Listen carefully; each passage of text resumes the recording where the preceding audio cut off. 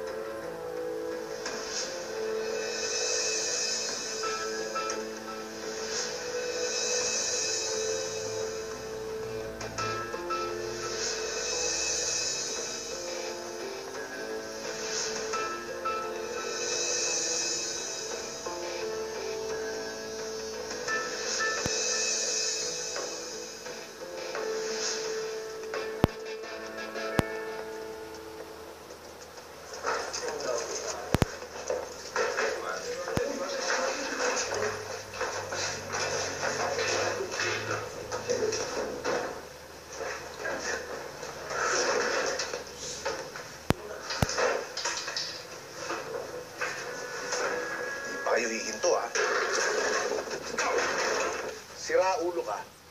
Nakulong ka na nga ng dahil sa droga. Namimigay ka pa? Talagang gusto mo makatik ng impyerno, ha? Kayo, nahalusutan na nga kayo. Nakatunga nga pa rin kayo. Halukuin niyo daw! Alam sa tinatago yung mga ano. Ano ba ginagawa ng warden dito dati, ha?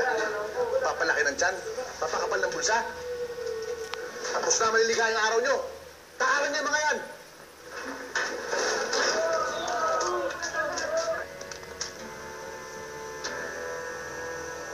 Isusumpa niyong lahat ang araw na dumating si Warden Nilo Corpus. Wala akong laban na inaatrasan. Kaya kahit sino pa kayong mga daga kayo, pati mga protektor nyo, ilalabas ko sa lungga. Ang dami nito. Paano nakakalusot to dito? Bro, sinagot na ng Panginoon yung mga dalangin natin dahil sa wakas, meron ng isang mahusay na opisyal na naka-assign dito. Wala pa siyang isang linggo dito. Pero ilang sindikato na dito sa loob ang kinalampag niya. Pati yung mga kakutsabang mga gwardya, pinalitan niya. Talagang nililinis ni Warden ng bilibid. Mga brother, mas lalong kailangan ni Warden ang suporta at panalangin natin. Sige. Amen sa that, bro. Amen. Amen. Kami po ay narito ngayon sa piitan, pero hindi niyo po kami pinapabayaan dahil mahal niyo po kami. Naniniwala kami, Panginoon, na kayo po ang aming Diyos at tagapagligtas. Maraming salamat po, Lord. Panginoon, purihin ka sa iyong kaluwalhatian. Amen. Sa pangalan ni Jesus. Amen. Amen. Ginagawa niyo. Warden, prayer meeting. Warden, bakit kaya hindi mo itry na sumama sa amin dito? Kasi gabi-gabi naman kami nagpa-prayer meeting. Huwag niyo akong isama sa kalokohan niyo. Hindi kalokohan na magdasal. At mag-aral ng Biblia. Ito? Itong librong to? Warden, Sinira ko yung libro niyo. May nangyari ba? Wala, di ba? Walang kapangyarihan yan. Kumpiskahin niyo.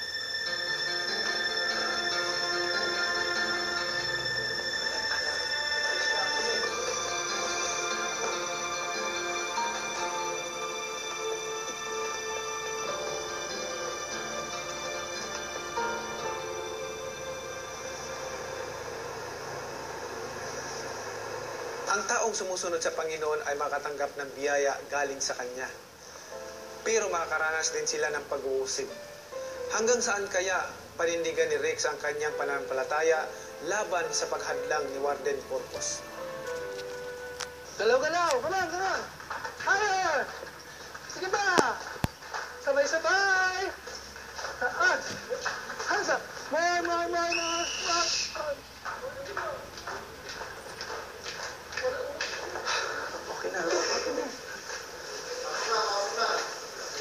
Ayos, Pido.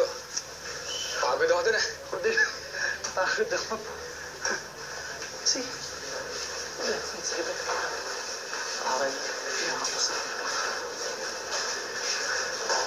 Oh, bro, ba't di mo hinila si Willie at Dennis? Biro mo sila makasama sa devotion natin. Bakit? Bakit? Dahil kay Warden? Natakot ba sila kay Warden? Mga brother, kausap ko rin yung dalawa. Si Robert at si Gilbert. Pas din daw sila ngayong araw na to eh. Ang bihira. Mga Kristiyanong lugaw naman, no? Ano yun? Yung faith nila kay Lord, nagnatlaki lang? Pido, hindi mo sila masisisi. Hayaan mo na sila, kakausapin ko sila. Madami na tayong pinagdaanan sa pananampalataya natin kay Kristo. Isa lang to sa pagsubok na dati na natin naipanalo.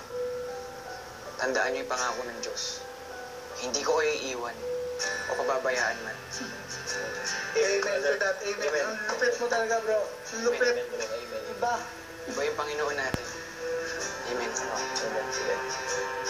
Sir, parang awa niyo na po. Huwag niyo po akong tuluyan. Kung parehas po kaming makukulong na asawa kong si Ambring, paano na po yung mga anak namin? May mga natitira pa po kami maliliit na anak sa bahay.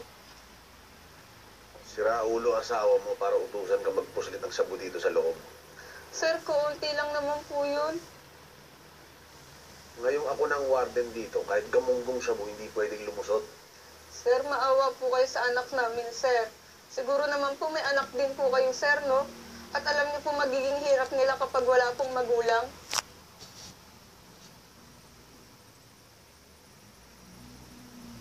Mario. Pasok mo sa evidence. Tuluyan niya. Sir, maawa po kayo sa anak namin, sir. Tara na po. Sir! Sir, maawa kayo sa anak namin, sir! Maawa po kayo, sir!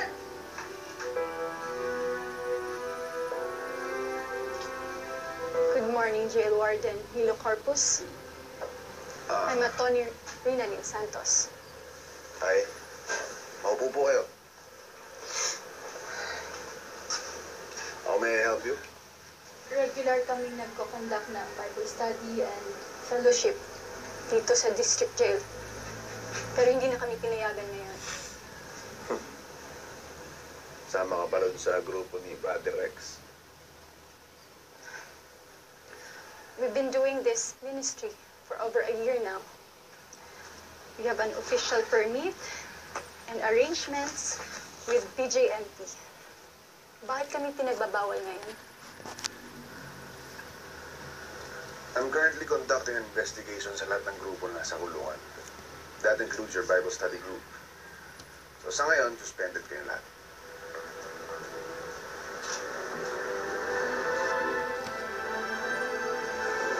Ang malungkot dito, kung kailan pa naman ang dumadami na nailalapit natin kay Lord, ngayon pa dumating at nagigpit si Warden.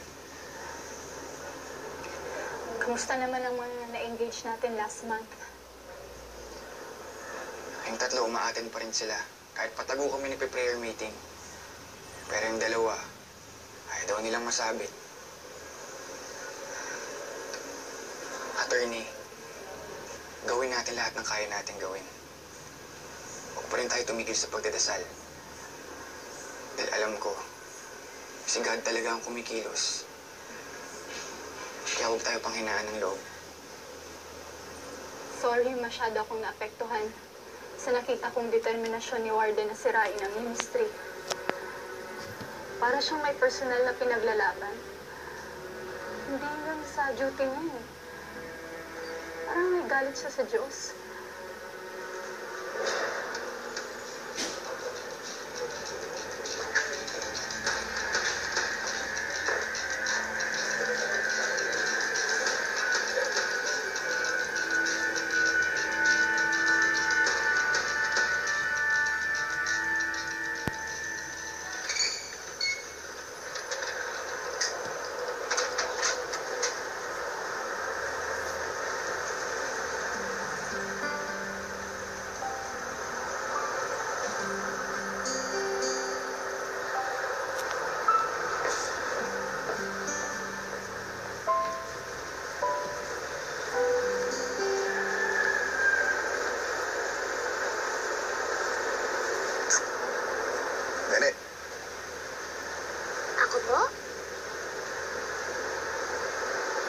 ikaw nga. Ay, hindi po ako si Nene. Si Angel po ako. Pwede rin po akong tawagin Angge pag inalis niyo po yung letter L sa Angel. Sige, Angge. Ang ginagawa mo mag-isa dito, bawal mag-isa dito. Wala kang kasamang matanda. Kasama ko po kanina si nanay pero pinabantayan niya po ako kanina sa kumare niya. Kaso lang po, iniwan po ako ni Ayong Malu. Kaya mag-isa na lang po ako ngayon. Loko yan si Aling Malu, ah. Sige. Samahan na lang kita dito habang wala yung nanay mo. Thank you po.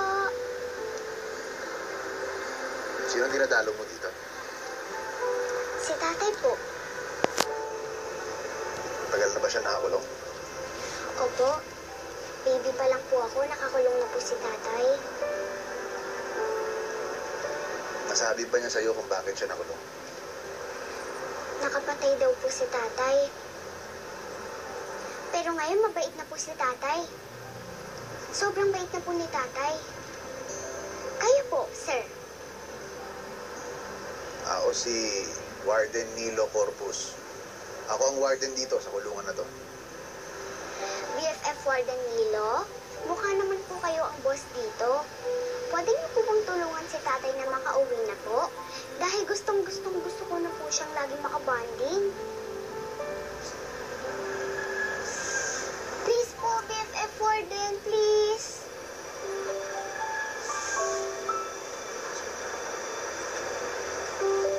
Nako, Angel, anak. Nasaan si Aling Malu? Umalis po, iniwan po ako. Bibili lang daw po sa labas. Buti na lang, Nay, binantayan po ako ni BFF Warden. Salamat, sir. Pasensya na po. Sorry po. Alis na po kami.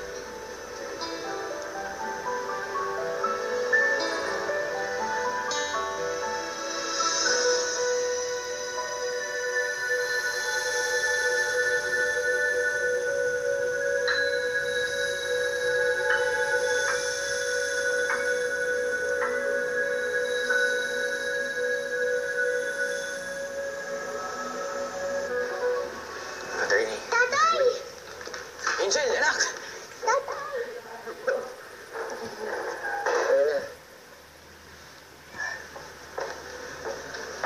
Ano, kumusta ka? Okay naman po. Naku, tatay. Nga pala, may bago po akong BFF. Ipapakilala po kita sa inyo. BFF?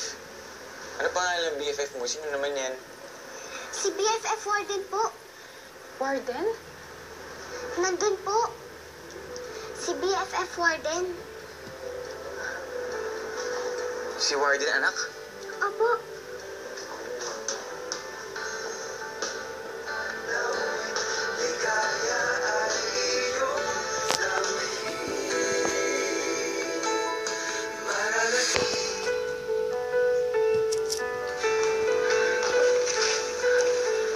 Wala naman si Warden dun eh. Tatay, nandun lang po si BFF Warden eh. Anak, sigurado ka bang si Warden yun? Sigurado ka ba sinasabi mo? Opo, mabait po si Warden. Ikaw talaga, anak. Kung ano sinasabi mo, yakapin mo na nga lang ako. Ang sige. Anak, isang tatay. Saka ka pa. Nanay, nasa na ako.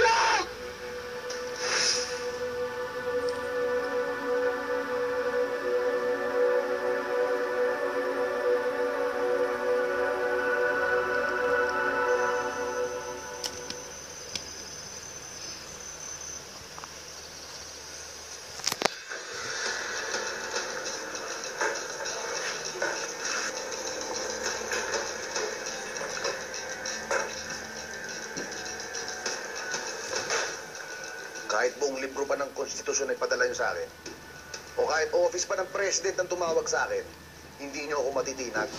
Pag sinabi kong itigil nyo yung kalokohan nyo, ititigil nyo. Warden, hindi kalokohan yung paglaban ng karapatan ng tao. Pati ng mga preso. Karapatan din ng ibang preso na paniwalaan kung sino man ang Diyos na gusto nila. Kaya tigilan nyo silang kausapin at ilangin. Itigil niyang kalokohan nyo dahil walang magagawa yung kulto nyo dito. Ngayon lang ako nakarinig na harap-harapan iniinsulto ang Diyos. Warden, manginig ka sa takot sa Diyos. Siya nagbigay ng buhay sa'yo. Kalokohan. Hindi siya nagbibigay ng buhay. Kumukuha siya ng buhay. At yung Diyos mo, walang kasing lupit kumuha ng buhay. Dahil unti-unti niyang kukunin ang buhay ng mahal mo. Tirahan ka man niya ng buhay, para ka na rin patay. Warden, katulad mo rin ako dati. Buhay na patay. Pero nang dahil sa Panginoon, Huwag mo kong i-convert. alam kong nararamdaman mong galit. Warden,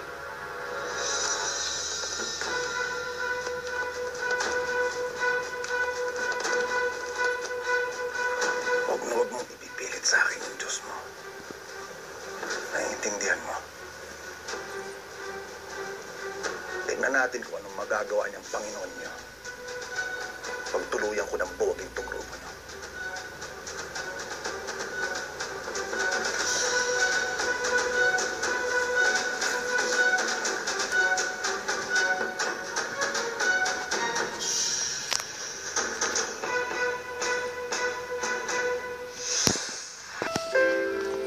Ang programang ito ay rated SPG. Striktong patnubay at gabay ng magulang ang kailangan. Maaaring may masiselang tema, lengguwahe, karahasan, sexual, horror o droga na hindi angkop sa mga bata.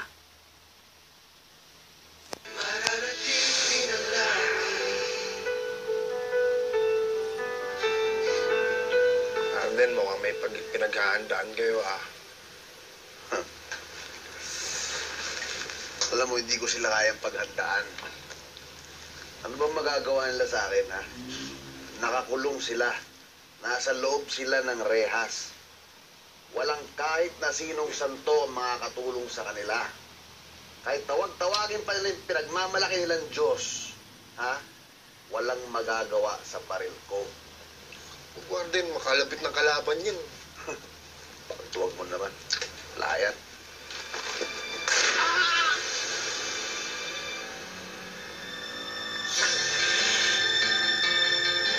Lord, alam po namin na ikaw ang makapangyarihan Diyos. Amen. Ikaw din ang mapagmahal at mabuting Diyos. Iniligtas mo po ang lahat ng mga tao. Kaya inilalapit po namin sa inyong pagliligtas si Warden Nilo Corpus. Base sa x-ray na nakita ko, mapalad ka. Ni tinamaan ng buto at ugat mo sa paa. Dok, ano mangyayari kung sakaling matamaan yung 3 daliri niya sa paa? Makakalakad pa po ba si Warden? Malisa na nga lang, nakakabuisit ka. Sir, pinapagaan ko na yung sitwasyon. Pasensya na po, hindi lang po maulit. You have to stay here in the hospital for 2 days para masiguro na walang infection ng sugat mo. Tapos, kailangan ipahinga ang paa mo. Ibig sabihin, hindi mo pwedeng ilakad dito ng matagal.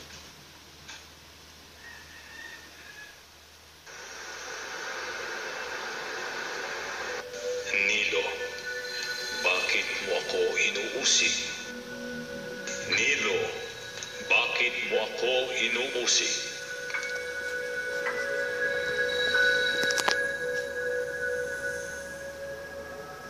Si Apostle Paul ng New Testament ay matigas sa kanyang paniniwala. Para sa kanya, ito lang ang nag-iisang katotohanan. Hindi niya alam na Diyos pala ang kanyang kinalaban. Si Warden Corpus ay parang turing nakikipaglaban sa Diyos. Susuko rin kaya siya? Katulad kay Paul. Warden, hindi pa kayo pwede tumayo. Malis ka nga. Kaya ko to.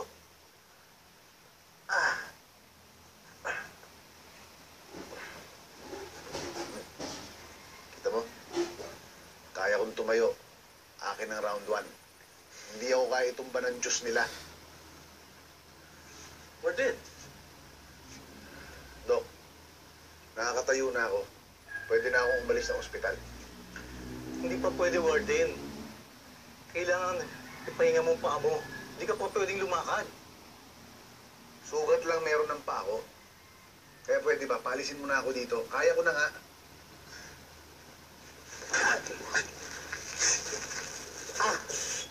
Warden, round 2. Bagsak si Warden.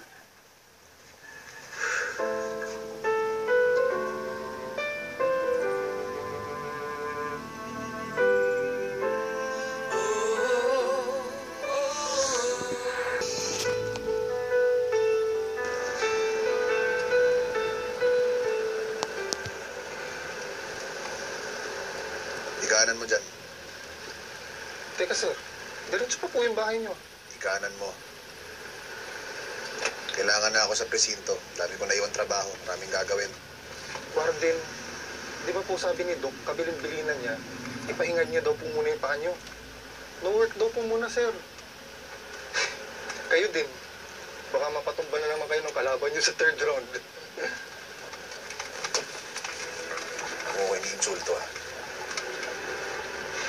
Sorry po, sir. Sorry po.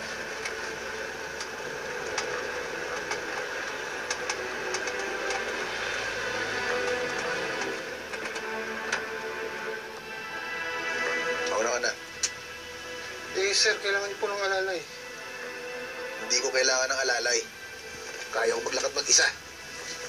Sir, teka lang po.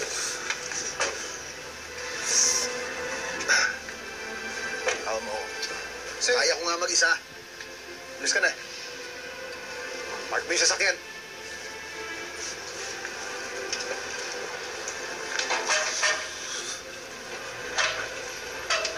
Nanay, si BFF Warden po. Naku, Nay. May sugat po siya sa paa.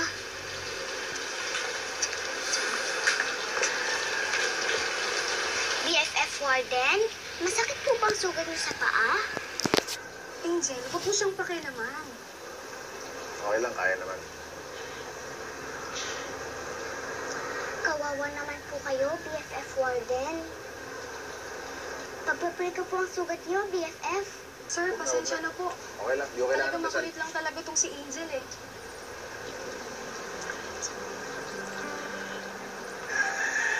Lord, maawa po kayo kay BFF Warden.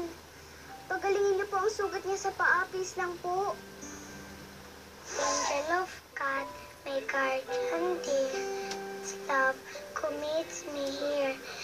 Ever this day, be at my side, to light and guard. Pagalingin niyo po si Warden, sa pangalan ni Jesus. Amen.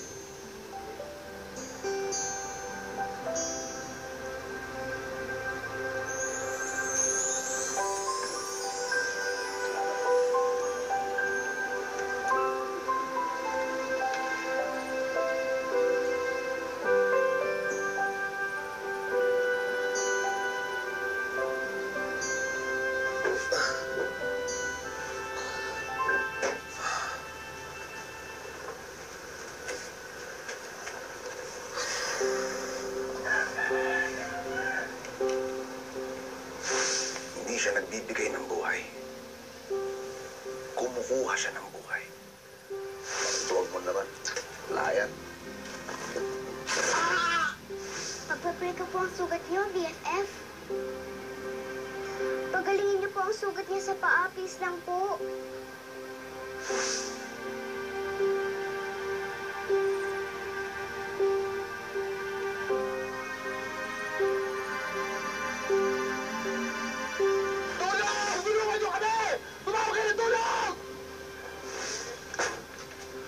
Warden, may hostage taken daw sa may inner cell. Ano nangyari yun? Galing daw sa may visiting area eh. Nakapasok na sa may inner cell ngayon.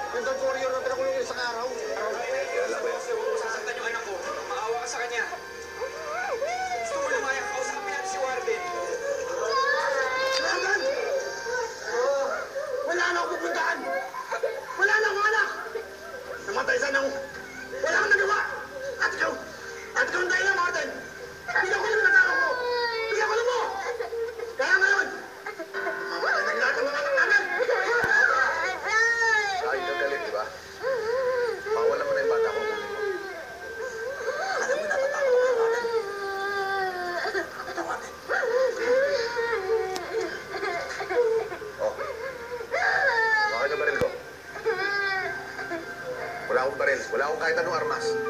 Hindi pa ako makalakad ng diretso. Babaan niyo mga baril niyo. Basta bitawan niyo.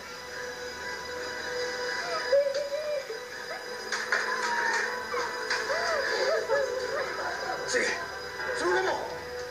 Hindi kita sasantuin, Warden!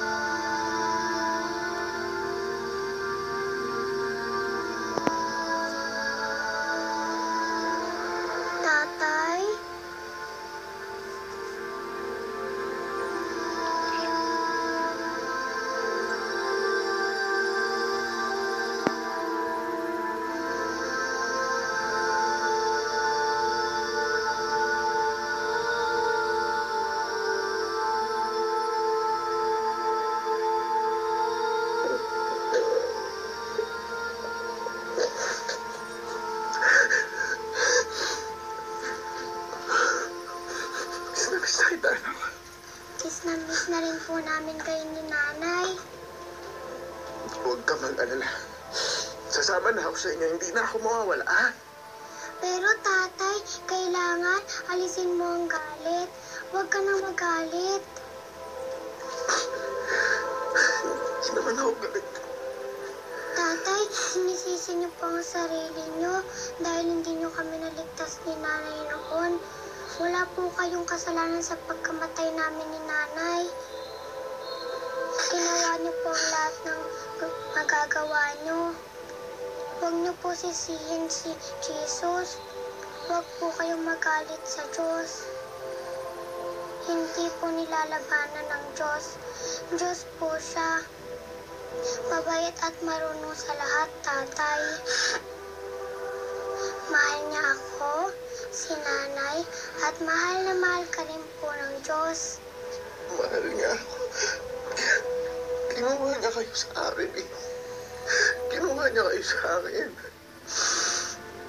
Binigay niya naman ang anak niya para iligtas ang tao. Para iligtas kayo, tatay. Mahal na mahal ka namin ni Nanay. Mahal ka rin po ng Diyos. Jesus.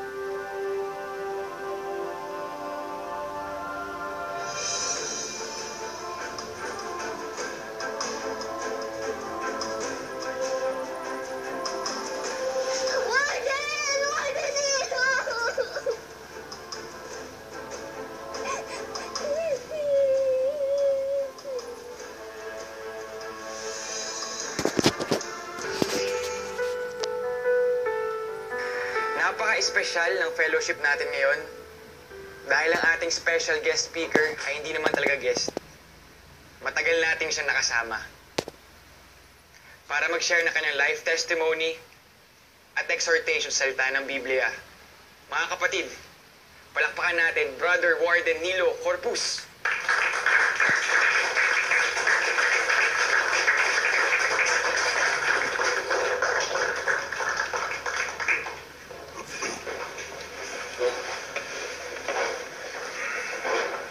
Isa lang gusto kong patunayan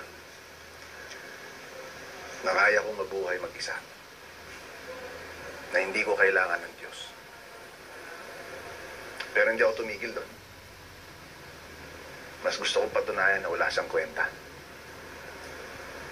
Galit na galit ako sa mga nainiwala sa Kanya. Katulad niyo. Nandito sa loob ng kulungan o nasa labas man. Ilang taon din ako nagalit sa Diyos. Hindi ako tumigil na hamuin siya. Pero alam niyo, pag dumura kasi kayo sa langit, ang laway niyo sa inyo rin ang bagsak eh. Sino ba naman ako para hamunin ang Panginoon natin? Kaya siya ang nagbigay sa atin ng buhay, siya ang lumikha ng lahat. Sa totoo lang, pwede niya akong pitikin ang dahil sa kayabangan ko eh. Pero hindi kasi siya katulad natin eh. Hindi siya katulad ko na kumikilos dala ng galit.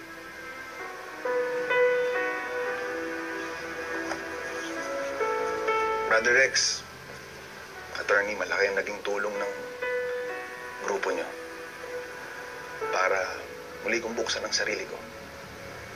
Para patunayan na mahal ako ng ating Diyos. Angel, maraming salamat sa'yo. Kasi ikaw ang ginamit ng Diyos na instrumento na muling mabuhay ang natitirang pagmamahal dito sa puso ko. Tuwing nakikita kita, naalala ko yung anak ko.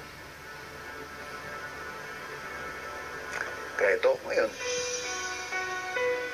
nakatayo at hindi ako mahihiyang ipagsigawan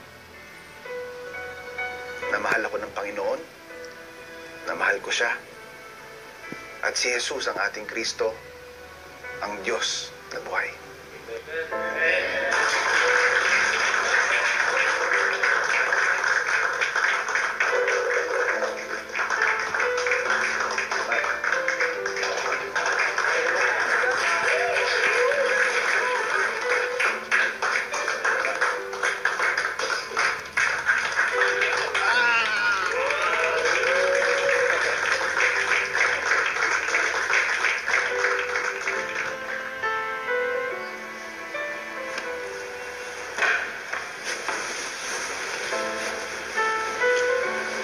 Sa istorya ni Warden Corpus ay pagpapakita ng walang matigas na puso sa pagmamahal ng Panginoon.